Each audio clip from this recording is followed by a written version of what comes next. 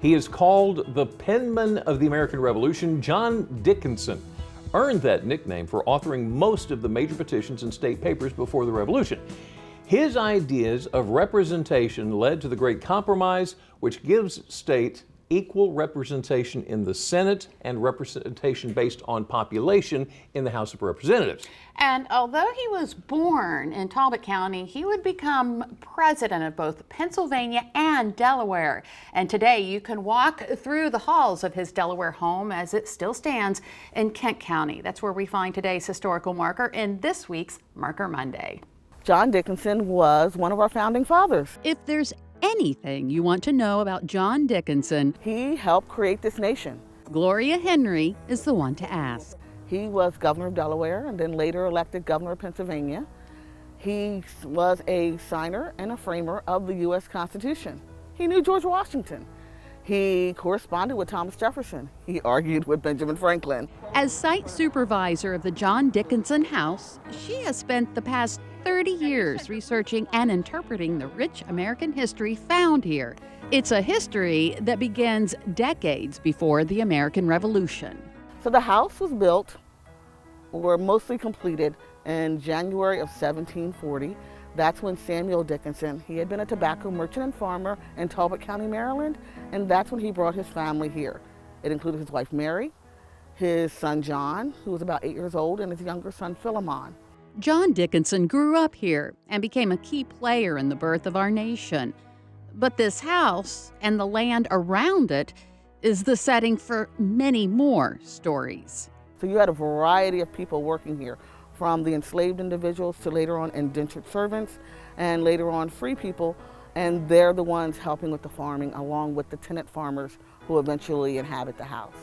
The main house is an early Georgian mansion. Wings were added in 1752 and 1754.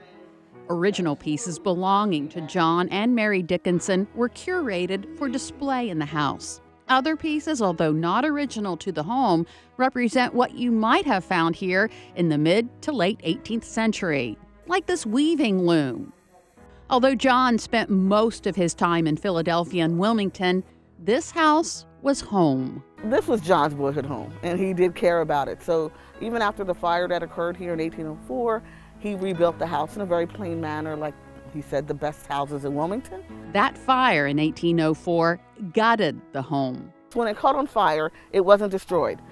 It was the brickwork that was left intact. It was the woodworking inside that was destroyed by the fire, but the brickwork was left intact, and they changed the roof line.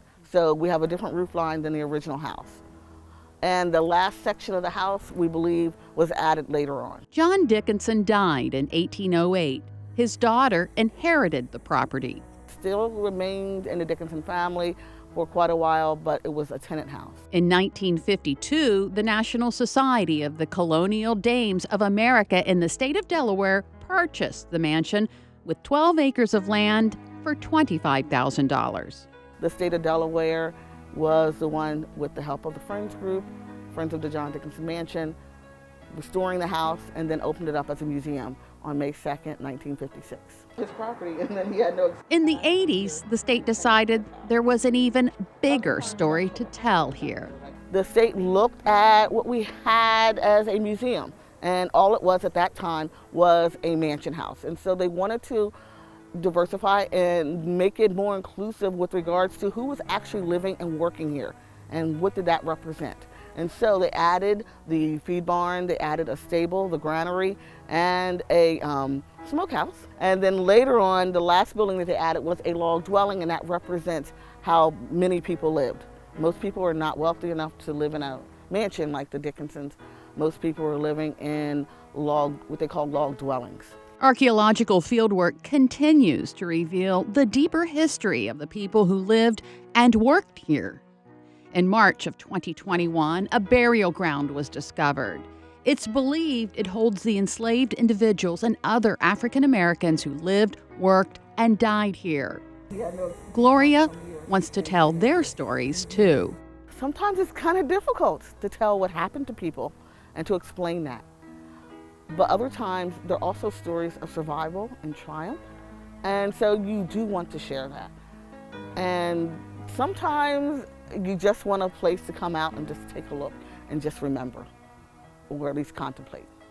It's sacred ground that belonged to a man who frequently wrote about the blessings of liberty while also enslaving humans with stories that Gloria hopes to share. And it is worth noting that John Dickinson freed his servants a century before the Emancipation Proclamation. Wow. I can't wait to hear those stories. Yeah, that's oof. Yeah. I don't even know what to say to that because there are so many stories there. Oh, absolutely. Waiting to be found. Yep.